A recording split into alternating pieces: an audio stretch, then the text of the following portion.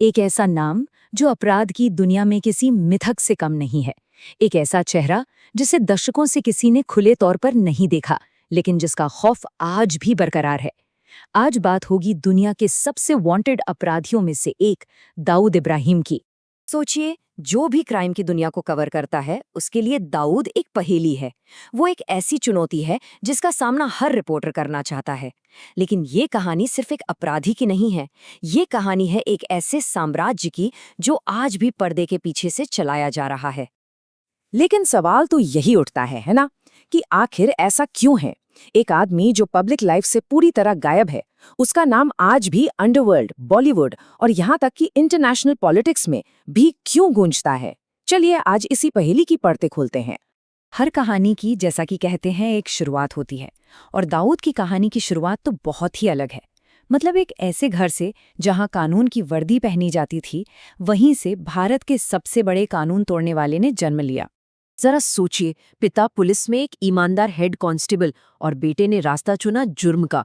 मुंबई की गलियों में पहले छोटी मोटी चोरियां, फिर स्मगलिंग। यहीं से उसने अंडरवर्ल्ड के वो सारे दाव पेच सीखे जो उसे बहुत आगे ले जाने वाले थे। देखिए, यह समझना बहुत जरूरी है कि दाऊद से पहले का जो मुंबई अंडरवर्ल्ड था, उसके कुछ अपने उसूल हुआ करते थे। हाजी मस्तान जैसे डॉन के कुछ अनकहे नियम थे, लेकिन दाऊद ने आकर खेल के सारे नियम ही बदल दिए। उसके लिए कोई उसूल नहीं थे, सिर्फ और सिर्फ ताकत और खौफ का राज था। और इस खौफ की पहली बड़ी मिसाल वो बनी पठान गैंग से उसकी दुश्मनी। जब दाऊद ने बदला लेने के लिए एक ही झटके में 3 पठान भाइयों का कत्ल करवा दिया, तो पूरे मुंबई अंडरवर्ल्ड को एक साफ मैसेज मिल गया था।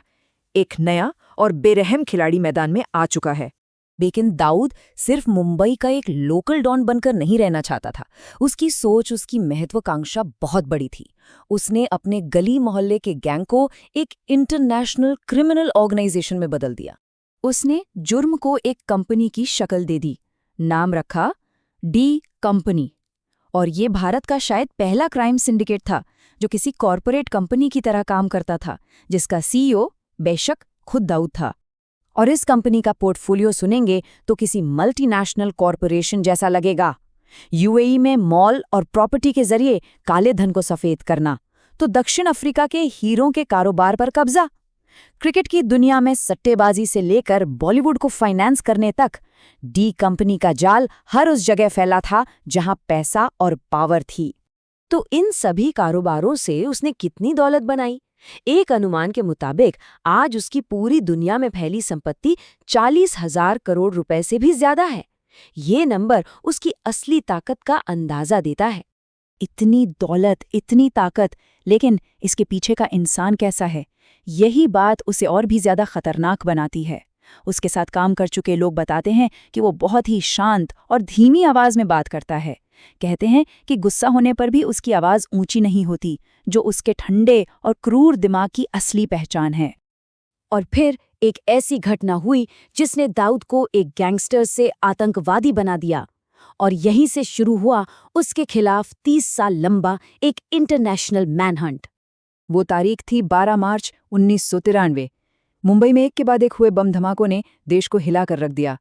और इन्हीं धमाकों ने दाऊद इब्राहिम को एक गैंगस्टर से भारत का सबसे बड़ा दुश्मन, एक आतंकवादी बना दिया। इसी घटना के बाद अंडरवर्ल्ड में भी हिंदी मुस्लिम की एक लकीर खिंच गई और उसका सबसे खास आदमी छोटा राजन हमेशा के लिए दाऊद का दुश्मन बन गया।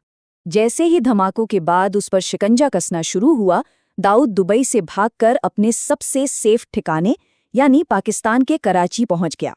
और यहीं से शुरू हुई भारतीय खुफिया एजेंसियों की उसे पकड़ने की वो 30 साल लंबी कोशिश, जो आज तक खत्म नहीं हुई है। एजेंसियां कई बार उसके बहुत करीब भी पहुंची।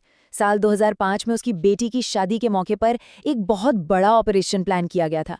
जगह, समय, सब कुछ तय था। लेकिन बिल्कुल आखिरी मौके पर कहते हैं कि मुंबई पुलिस के अंदर से ही खबर लीक हो गई और दाऊद एक बार फिर बच निकला। तो सवाल ये है कि आज दाऊद कहाँ है और कैसा है? वो कराची में एक भूत की तरह रहता है, जिसके बारे में सब जानते हैं, लेकिन कोई भी ऑफिशियली मानने को तैयार नहीं है। जितनी भी खुफिया रिपोर्ट्स हैं, वो सब एक ही तस्वीर दिखाती हैं। दाऊद आज भी कराची के पॉश क्लिफ्टन इलाके में पाकिस्तानी एजेंसियों की कड़ी सुरक्षा में रहता है। अपनी पहचान छिपाने के लिए उसने दाढ़ी बढ़ा ली है और ट्रैवल करने के लिए दर्जनों पासपोर्ट इस्तेमाल करता है। मतलब वो एक भूत की तरह जरूर रहता है, लेकिन उसका डी कंपनी का साम्राज्य आज भी पहले की तरह ही चल रहा है। तो ये सब जानने के बाद सबसे बड़ा सवाल तो यही उठता है, 3 दशक बीत चुके हैं, क्या भारत के सबसे बड़े दुश्मन को कभी उसके किए की सजा मिल पाएगी? दाऊद सिर्फ एक क्रिमिनल मास्टरमाइंड है या किसी देश के लिए एक स्ट्रेटेजिक एसेट बन चुका है? ये सवाल आज भी अपनी जगह कायम है। उसकी कहानी का आखिरी पन्ना कब और कैसे लिखा जाएगा, ये तो बस वक्त ही बताएगा।